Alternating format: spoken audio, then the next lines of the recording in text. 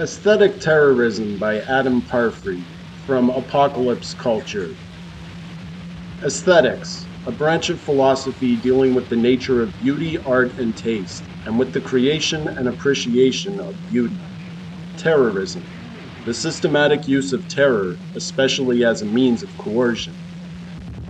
Terrorism can be advanced through art only if art threatens action. For such a phenomenon as aesthetic terrorism to occur, aesthetic pursuit must become symbolic, not of its own decadently solipsistic pleasures, exemplified in the madness of the Einstein enquasements against nature, but of action taken beyond the pale of art world confines. Terrorism in art is called the avant-garde, quoth Alberto Moravia in his essay The Aesthetics of Terrorism. If this was once the case, it is no longer. Most avant-garde art is viewed and created today as simply an unfolding reaction to its own history. This disingenuous game plan guarantees that the avant-garde can no longer stimulate or even provoke. Dada and futurist actions, which attempted to lead art out of the classroom and museum and into the streets, are simply appropriated by postmodern facsimiles, which capture the letter but little of the original essence. It hardly matters anyways. Avant-garde art has evolved into nothing more than a cultural benchmark, corporate tax write-off, and public relations smokescreen. Art which openly espouses anti-corporate ideology is embraced as long as it hews to arbitrary standards invented by those taste-making and fortune-telling hirelings, the art critics. What could be wrong, after all, with a business world that allows people to say what they want because it doesn't matter? Aesthetic terrorism is a term more realistically applied to the faceless regime of consumer culture than the avant-garde. The onslaught of muzak, ad jingles, billboards, top 40 tunes, commercials, corporate logos, etc. all fit the terrorist dynamic of intrusion and coercion. One almost forgets that aesthetics once implied a consensual relationship between the creators and appreciators of art. How often is it that one hears someone admitting a fondness for a media product in spite of himself? How many times have you heard a slogan or rancid tune ring in your ears like a brain-eating mantra? When consumer terror's avant-garde correlative, pop art, became indistinguishable from the object of its supposed social satire, it erased from big business its pejorative taint. Many of today's avant-garde stars have emerged from or entered the business world. Some enormously successful in the arcane number juggling of speculation and commodity stamps. Even freeloading on the state and private foundations is fair game, only for those whose bureaucratic aptitude is matched by their shameless ass-kissing. It is not surprising that most grant recipients excel in little more than voyeuristic logorrhea and ingrained artistic timidity. Critic-centered postmodernism spawned the phrase art hybrid of Barbara Kruger and Jenny Holzer, in which an advertising-style slogan is combined with an implied message or visual cue, usually swiped from some old magazine. Their posture is a hip cynicism, which is supposed to subvert the thrall of the advertising command.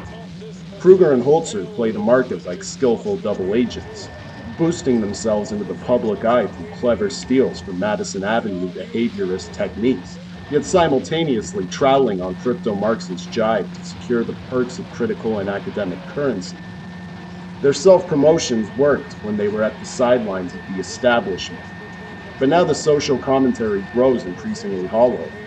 Currently being groomed for jet-setting prominence by Soho millionaires Mary Boone, Kruger's contribution to the Whitney Biennial in 1987, for which he was paid a handsome sum, featured nothing more than a Jewish princess joke. I shop, therefore I am, winking at and wagging the tail of establishment hierarchy as part of the I rib you gently, you pay me off confidence game artists have been playing since the Renaissance courts. These contemporary court artists, like many of past centuries, smugly pretend to spit in the eye of the exploiters, while allowing themselves to be pampered, deloused, and when they aren't looking, declawed. There are, of course, those artists, usually fresh out of university, who are unaccomplished at filling out grant forms, and therefore consider themselves subversives. The majority of these art and rock magazine-styled rebels are playing out rebellion psychodramas to pageants. to package and merchandise to consumerist sycophants. This strategy is, forgive the term, the simulacra of terrorism. The content seizes in the frozen attitudinizing of pose and goes no further. We must look to the true outsiders, and not the would-be insiders, for an artist truly capable of effective counter-terror against the insidious mantras of consumerist brainwash.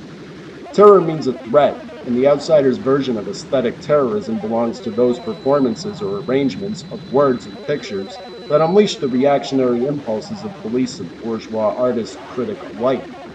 The kind of art that evokes this wrath, fear, and condemnation rejoices in its pagan spirit of schadenfreude, which controverts the humanist piety of enlightened victim. Antisocial sadism rarely receives patronage, however. Outside the corrupting realm of societal handouts, the aesthetic terrorist, much as this definition may grant on him, is the last bastion of aesthetic purity. Operation Sun Devil is the name for a government action against computer wizards and assorted sharpies and super smarts, who were resourceful enough to figure out how to hack into the electronic files of Ma-Bell. Those who know claim the Sun Devil gambit as a terrified overreaction against intelligence by the plotting and stupid bureaucracy. John Perry Barlow, Full Earth Review, Fall 1990, describes a typical Sun Devil action against a teenage hacker. A father in New York opened the door at 6 a.m. and found a shotgun at his nose. A dozen agents entered, but one of them kept the man's wife in a chokehold, the rest made ready to shoot, and entered the bedroom with their sleeping 14-year-old. Before leaving, they confiscated every piece of electronic equipment, including all the telephones. Fourth Amendment guarantees against unreasonable search and seizure are unheeded by the government agents who claim nerd computer hackers are terrorists, and have the ability to access and review the files of hospital patients. Furthermore, they could have added, deleted, or altered vital patient information, possibly causing life-threatening situations. Mega corporate interests have staked claim to the entirety of cyberspace, and they are not about to tolerate the presence of digital interlopers. This may scare off some, but other pirates like the mysterious Legion of Doom and New Prometheus League, who illegally circulated highly protected Macintosh computer source code, will rise to the challenge now that they have been provided a clearly delineated enemy to innovation, the individual, and personal freedom.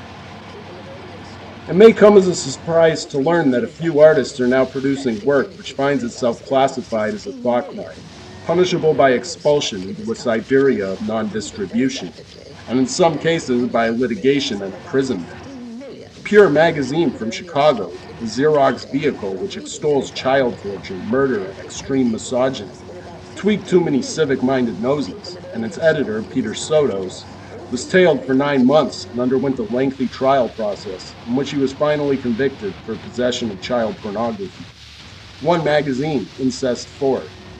Soto's case was the first successfully prosecuted new Illinois state law, enacted under the influence of the Meese Commission report on pornography, an example of First Amendment revisionism par excellence.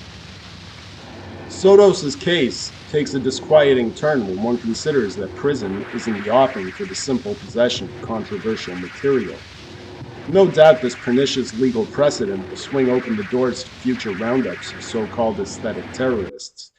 Now that Russia has seemed to liberalize its informational policies, the USA is doing its best to emulate the thought control policies of the KGB. Any thoughtful American individual understands that a major slice of informational diet is not being provided them by the major media conglomerates. Whether the proliferation of piffle is by conspiracy of state or by design of the oligarchic markets matters little. But undeniably, an American samizdat has come into its own over the past several years, in which undiscussable, crazy, hateful, dangerous topics are discussed by individuals, or small autonomous groups that are not compromised or swayed by institutional priorities. Are offensive interests the political crime of future? Apparently so. Since the previous sentences were printed in the 1987 edition of Apocalypse Culture, musicians have been arrested for obscene lyrics. Anarchist ragamuffins have been collared for burning the flag. Parents have been arrested for photographing their toddlers in the buff. Painter and performer Joe Coleman was arrested in Boston for operating an infernal machine, and in New York for killing a rat. Museum curators were threatened with arrest for hanging homoerotic photos. Gigi Allen was jailed for some consensual sadomasochism with a girlfriend. The FBI have been monitoring certain groups who practice unorthodox sexuality, and on and on. Even the book you are now reading came under widely publicized attack, Harper and Rose Painted Black, in which author Carl A. Rasch advocates the revocation of First Amendment rights for those who spread cultural terrorism, presumably including the editor of that pernicious Illuminist thought bomb, Apocalypse Culture. It has become increasingly obvious that the aesthetic terrorist hobgoblins are nothing more than symbolic scapegoats to divert attention away from the real issues. For Americans, fear is not another form of awareness, it's just another form of gossip. As Charles Manson has stated, true subversive terror can only be actualized by turning off the TV sets. Until then, aesthetic terrorism will be orchestrated by those already in command, against insubstantial or non-existent villains.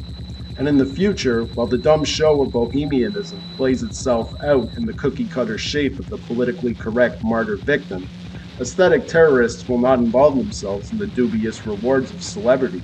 The best of them will work alone, already a part of the enemy camp, and in a chameleon-like style master the fifth column algorithms to subvert the ancient regime.